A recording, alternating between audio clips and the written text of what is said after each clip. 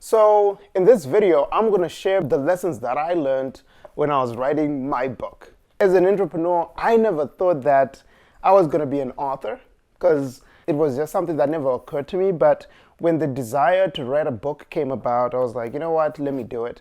And I know there are so many other entrepreneurs out there who are probably on the edge and thinking about writing their own books. So I hope this video can help you really get some insight on the process, but more importantly, encourage you to actually move forward and do it. Because being an author is something really beautiful, because now you have left something that can then stay in the world even when you're gone. But more importantly, people can then really get to benefit from whatever you put into the book. So that's what I'm going to share in this video.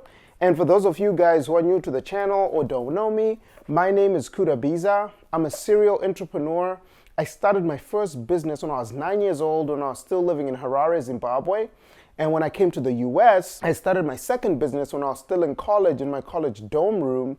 And ever since then, I've never stopped. I worked in a fairly large Fortune 500 company, and I launched businesses there. I was more like a entrepreneur in a big organization, and I was able to have the privilege to create some very interesting businesses while I was there. I have some YouTube videos that talk about that journey as well, so feel free to check them out on the channel. And today, I am the co-founder of a mission-based cookie company, as well as a personal development brand company called ThisIsMyEra, and also I am the co-founder to a sports merchandising company, so I'm quite busy.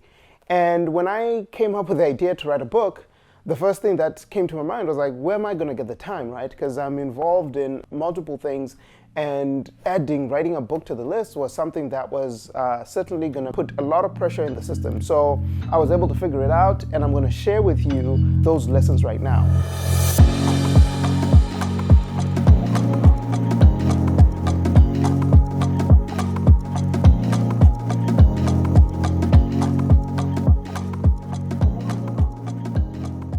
So to give you a little bit of a background to the story, in 2014, I gave a speech at a conference, and it really resonated with a lot of people. That speech ended up turning into becoming a six-figure business. I have a video about that story. You can click and watch it. But what that also led to is this desire to writing a book, because I was going out there sharing my story, and a lot of people were actually coming to me and it's like, hey, Kuda, you should write a book. And I was like, okay, let me do this, right? Because I also felt it was important for me to share that story. So in 2015, I attempted to write a book, and we were actually gonna co-author it with my friend. And we wrote a couple of chapters, but we didn't have a process. We didn't really know how to do it. It was really a case of the blind leading the blind, which led to a lot of frustrations. And it just led us to not working on the project anymore because we felt drained. We didn't know what we were doing. And it kind of like just fizzled out. In 2019, 4 years later, I decided to do it again because I just had this thought that, hey, I can share this message with people, and hopefully I can inspire other entrepreneurs to go out there and really achieve success and fulfillment, which is something that I'm passionate about, to really help entrepreneurs reach their fullest potential. So I decided to really seek the help and guidance of professionals. So that's lesson number one, right? Get guidance from people in the space who've been there, done that, that can really guide you through the process, especially if you're an entrepreneur who's busy like myself. Just working with someone who has a proven process and has a system on how to do it will just make the process of writing the book more efficient, more enjoyable, and you'll be able to get to your goal much, much quicker. So I reviewed multiple options. So I looked at a company called Self-Publishing Company. I'll put a link to them below. And at the time, there was another company that I looked at, which was called Book in a Box. They're now called Scribe Media. The link is also below if you want to check them out. And then the third one was New Degree Press. And after reviewing all the three different offerings, I decided to go with New Degree Press because I like their process a little bit more. It's more engaging. You get to work as a cohort of authors, And they had published so many different authors, and a couple of my friends had actually gone through their process. But feel free to look into those 3 companies, and potentially there are more out there that you can review. But the key learning really is get the guidance of professionals, people who already have a process and a system and have helped other authors in your situation to do that. So that's lesson number 1. Lesson number 2 is I learned the hard way that, it ended up being way more work than what I had anticipated, right?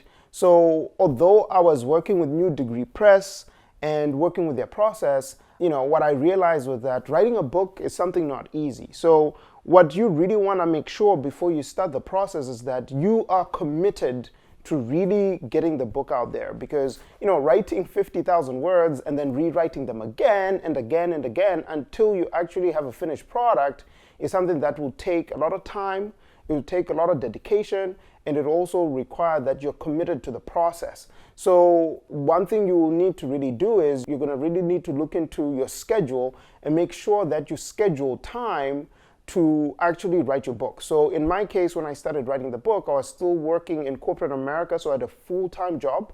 I also had my side hustles that I was working on, and now adding writing a book into the mix. I don't know how I did it, but I did it. And the key thing that I did first was identifying what I call dead time and turning that dead time into productive time. So for instance, I would commute about 45 minutes to the office every day. And usually on the train, I'll just get on the train and maybe check my phone, social media, and I wouldn't really do anything productive. I decided to use my commuting time to and for work as time for me to write the book. So now I had 45 minutes in the morning where I could write and 45 minutes in the evening going back home where I could write, which helped turn dead time into productive time and really enabled me to really make progress on the book. And I did it 5 times a week, right? So it really gave me this opportunity to really make progress on the book. So the key lesson here is that it's going to be more work than maybe you're envisioning it to be, but you can do it. But what's important is you make sure that you change your schedule to accommodate this added, task that you're going to be adding to your list. The third thing that I learned is that criticism is actually a blessing, right? Especially if you're writing a book. I had to write, my first manuscript. We sent it over to the New Degree Press team, and I got feedback from the copy editors and other people on the team.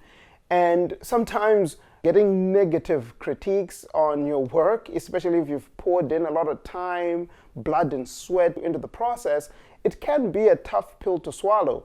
However, what I realized was that these guys were actually giving me feedback to really help make the book better, right? They were not giving me this feedback as a way to put me down, but it was actually to just give me real constructive criticism on how I could make the book better. So always go in there knowing that the people who are working with you on your book, they're on your team. And the feedback that they'll be giving you will be feedback to really help you. As a first-time author, you're going to make a lot of mistakes, right? If you're a first-time author like me. So making sure that you take that feedback in a positive way, and also knowing that they have your best interest in mind, will enable you to then go back, make the changes and corrections that you need to make, and actually then have a really good end product. The other thing that I learned, which is lesson number 4, is that the end is actually really the beginning. So when I finished writing the book and I got 500 copies delivered at my door, it was the end of a chapter, right, in the book writing era. But it was the beginning of a much longer journey, which is really promoting and distributing the book, because the whole point of you writing a book is not for you to have, hundreds of copies in your garage. You want hundreds or maybe even thousands or millions of people to read it. So now you need to really be thinking, how are you going to get the word out there for people to know that, number one, you have a book, and to also get them interested in getting the book. Initially, when we had come up with a marketing plan with the New Degree Press team, we had really built the plan around doing a book tour.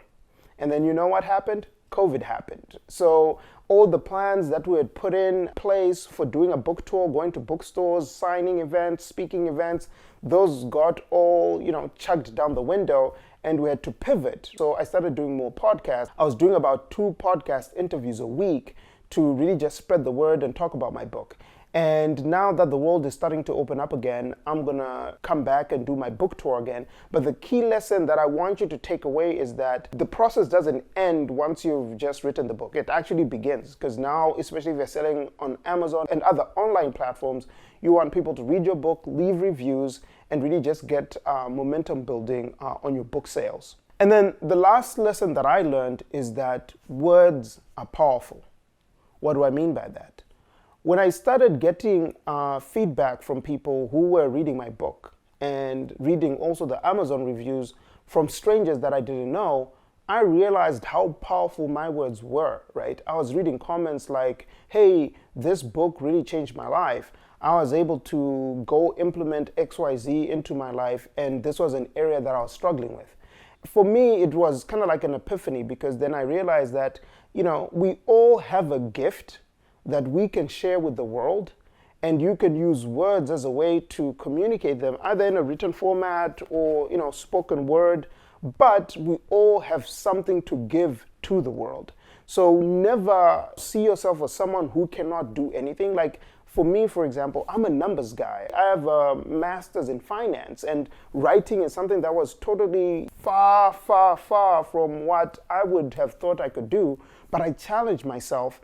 And I was able to go through the process. I grew through the process, but then I was able to then put my words into this book, and now it's being read across the world, and people are taking the advice that I wrote, and they're seeing some transformation happen in their lives, which leads me to the next point, which is mindset is everything.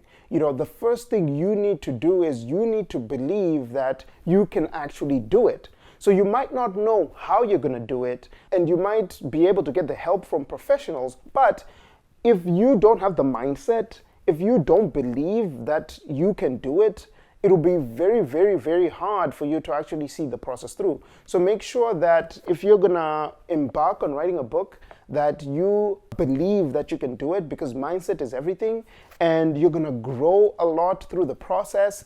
And I hope these tips are useful. And if you're an entrepreneur and you're thinking about writing a book, I highly encourage you to do it. Just take the lessons that I shared into consideration as you're working on, getting your journey started to writing a book. So feel free to grab a copy of the Spear Method. The link is below. I would love for you to just read it. And more importantly, I want my story to serve as inspiration to you, that you also can do it.